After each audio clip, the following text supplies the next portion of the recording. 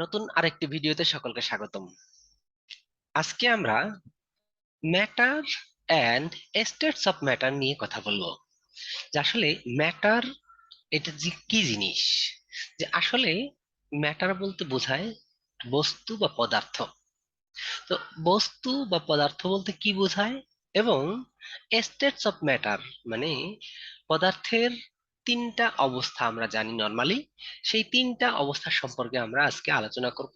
তার মানে একটা পদার্থ কি, এবং একটা পদার্থের ভিন্ন ভিন্ন অবস্থা, গ্যাস, লিকুইড এবং সলিড, এই যে তিনটা অবস্থা আছে, এই তিনটা অবস্থা সম্পর্কে আজকে আমরা আলোচনা করব। তো চলুন দেখি কি আছে আমাদের আজকে পড়ায়। পদার্থ, যে আসলে ম্যাটার, এই ম্যাটারটা কি জিনিস, যেটা আমরা সেই একদম ছোটবেলা থেকে বিভিন্ন বইতে পড়ে এসেছি, ঠিক একই জিনিস, শুধু আজকে আমি আবার একটু মনে করিয়ে দিব। তা হলো ম্যাটার বা পদার্থ যে এমন একটা জিনিস যা অকুপাইজ স্পেস। মানে আমরা ছোটবেলায় যা পড়েছি যে আসলে একটা পদার্থ হলো সেই জিনিস যা স্থান দখল করে, যার ভর আছে, এবং যা মোমেন্ট অফ ইনার্শিয়া মানে জড়তা আছে। তাহলে বস্তু বা পদার্থ এমন একটা জিনিস যা আয়তন আছে, এবং বা- যার আয়তন আছে মানে হলো যে একটা জায়গা দখল করে। তাহলে অকুপাইস স্পেস, যে একটা নির্দিষ্ট জায়গা দখল করে এবং এটার ভর থাকবে। মানে এইটা আমি যদি বলি, এই যে একটা ইট দেখা যাচ্ছে, এর দৈর্ঘ্য আছে, প্রস্থ আছে, উচ্চতা আছে, তার মানে এর একটা নির্দিষ্ট আয়তন আছে।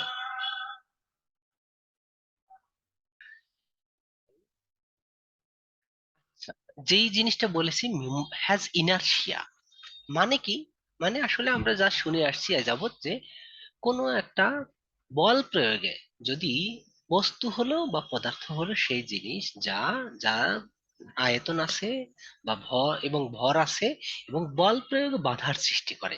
আসলে বল প্রয়োগে বাধার সৃষ্টি করে মানে যে বস্তুটা যে অবস্থায় আছে সেই অবস্থায় থাকতে চায়। এটাই হলো জেনারেল টেন্ডেন্সি। এবং কেমিস্ট্রিটা, আমরা যে কেমিস্ট্রি যে পড়ছি, এই কেমিস্ট্রিটাই আসলে, যে chemistry deals with composition, properties and changes of matter.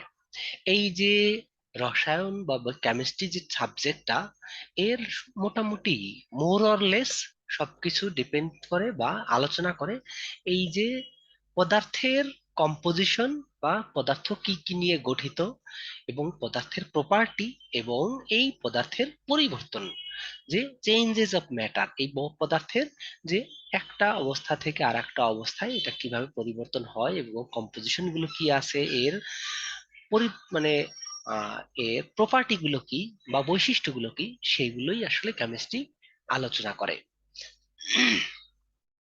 এবারে আমরা দেখব states of matter. States of matter, যে আসলে পদার্থের অবস্থা। হুম, পদার্থের অবস্থা মোটামুটি আমরা জানি, স্বাভাবিক অবস্থায় তিন ধরনের পদার্থ আমরা দেখে থাকি। তো যেমন সে তিন ধরনের পদার্থ কি আছে: কঠিন, তরল, গ্যাস, অথবা কঠিন, তরল, বায়বীয়। একই পদার্থ, শুধুমাত্র এর তাপমাত্রা বা অবস্থা বা এর পরিবেশের কারণে, অথবা এর যে মধ্যকার অণু যে আছে, সেই অণুগুলোর ভিন্ন ভিন্ন গতিশক্তি, অথবা টোটাল বস্তুর যে আন্তঃআণবিক শক্তির উপরে ভিত্তি করে আমরা একই পদার্থকে বিভিন্ন অবস্থায় পেতে পারি। যেমন যদি আমরা চিন্তা করি যে কঠিন বরফ, তো কঠিন বরফ, সেক্ষেত্রে কি হয়, যে কঠিন বরফের ক্ষেত্রে পানির অণুগুলো খুব কাছাকাছি থাকে। তাহলে কঠিন পদার্থ, তার মানে এই যে অণু, যে কোনো কঠিন পদার্থের ক্ষেত্রে এই অণুগুলো খুব কাছাকাছি থাকে, এবং কাছাকাছি থেকে ওই জায়গায় থেকে থেকে খুব দুর্বল ভাবে ভাইব্রেট করতে থাকে বা কম্পন করতে থাকে। কিন্তু তখন তাদের মধ্যে ছোটাছুটি করার মতো কোনো জায়গা থাকে না। তার মানে এই যে যে আমি এখানে দেখাচ্ছি যে আসলে এই যে মলিকুলগুলো আছে, এই মলিকুলগুলোর মধ্যে জায়গা কিন্তু খুবই কম, এবং এখানে মলিকুলগুলো, এই যে অণুগুলো আছে, এই অণুগুলোর মধ্যে দূরত্ব খুব কম থাকার কারণে এরা কিন্তু জায়গায় থেকে শুধুমাত্র ভাইব্রেট করতে পারে বা কম কাঁপতে পারে। এবং এদের আন্তঃআণবিক দূরত্ব খুব কম, এবং এর আকর্ষণ শক্তি, যেহেতু এরা খুব কাছাকাছি আছে, এ কারণে এদের মধ্যকার আকর্ষণ শক্তি খুব বেশি, যে কারণে এরা খুব দূরে সরে যেতে পারে না। তো এই যে কঠিন পদার্থটা আমি বললাম, এই কঠিন পদার্থের মলিকুলগুলো খুব কাছাকাছি থাকার কারণে এটা একটা নির্দিষ্ট আয়তন বহন করে। ঠিক এখন এই যে কঠিন বস্তুকে যদি আমরা, বা কঠিন বরফকে যদি আমরা একটু তাপ দেই, তাহলে কি হবে? এই যে কঠিন পদার্থের মধ্যে অণুগুলো আছে, সেই অণুগুলো তাপগুলো গ্রহণ করবে, তাপটা গ্রহণ করবে। সে তাপ গ্রহণ করার পরে এই যে অণুগুলো আছে, সেই অণুগুলোর একটু গতিশক্তি লাভ করবে বা কাইনেটিক এনার্জি গেইন করবে।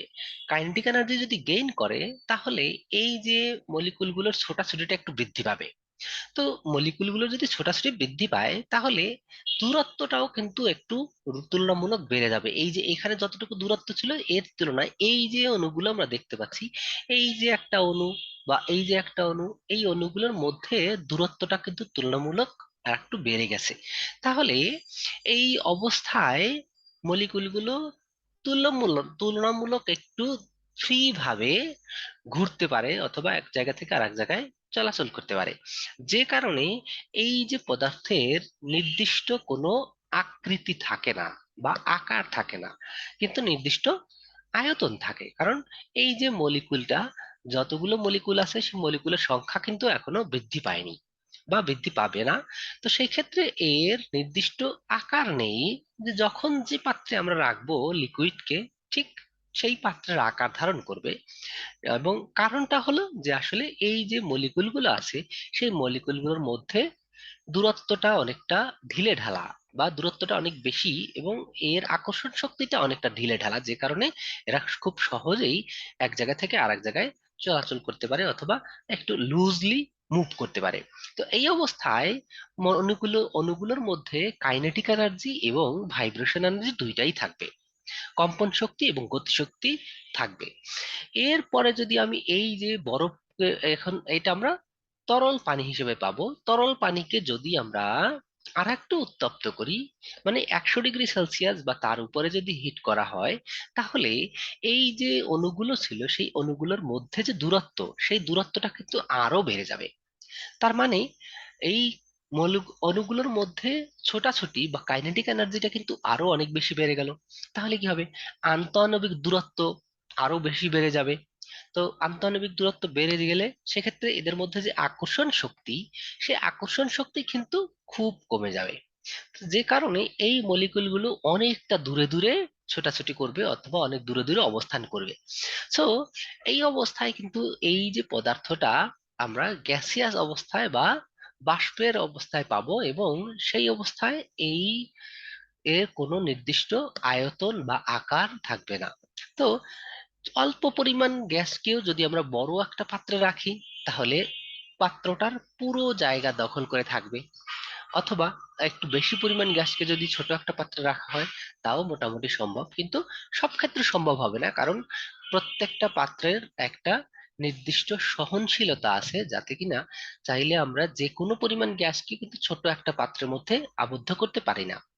তবে অল্প যে কোনো পরিমাণ গ্যাসকে যদি বড় একটা কন্টেইনারে আমরা রাখি, তাহলে সেটা কিন্তু সব জায়গায় দখল করে থাকবে, এবং তার বিভিন্ন অণুগুলোর মধ্যে দূরত্ব খুব বেশি হবে, এবং তার মধ্যে কাইনেটিক এনার্জিটা খুব বেশি থাকবে, এবং আন্তঃআণবিক দূরত্বটা খুব কম থাকবে।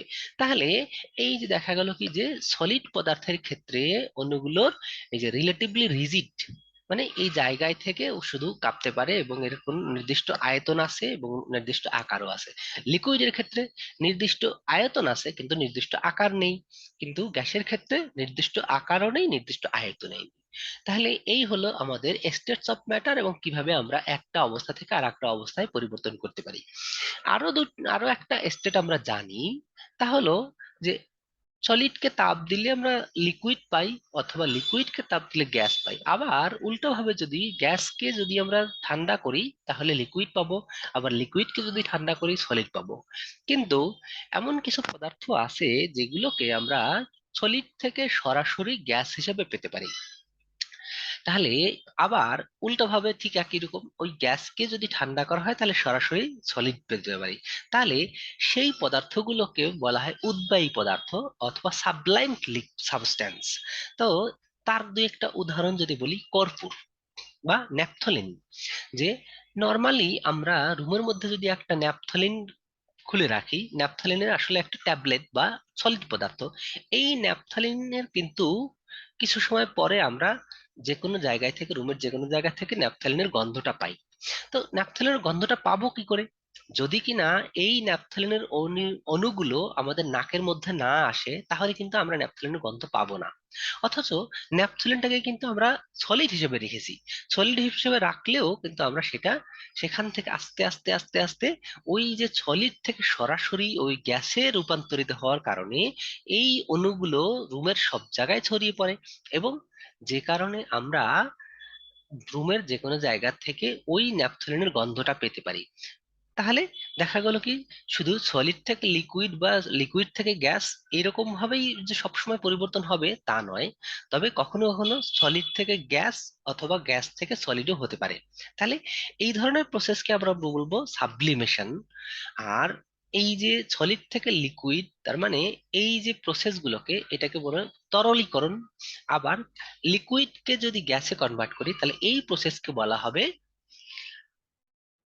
ভ্যাপোরাইজেশন। আর উল্টা দিকে যদি বলি, গ্যাসকে যদি লিকুইড করা হয় তাহলে এটাকে কন্ডেনসেশন, এন্ড লিকুইডকে যদি আমরা সলিড করি তাহলে এটাকে বলা হয় সলিডিফিকেশন।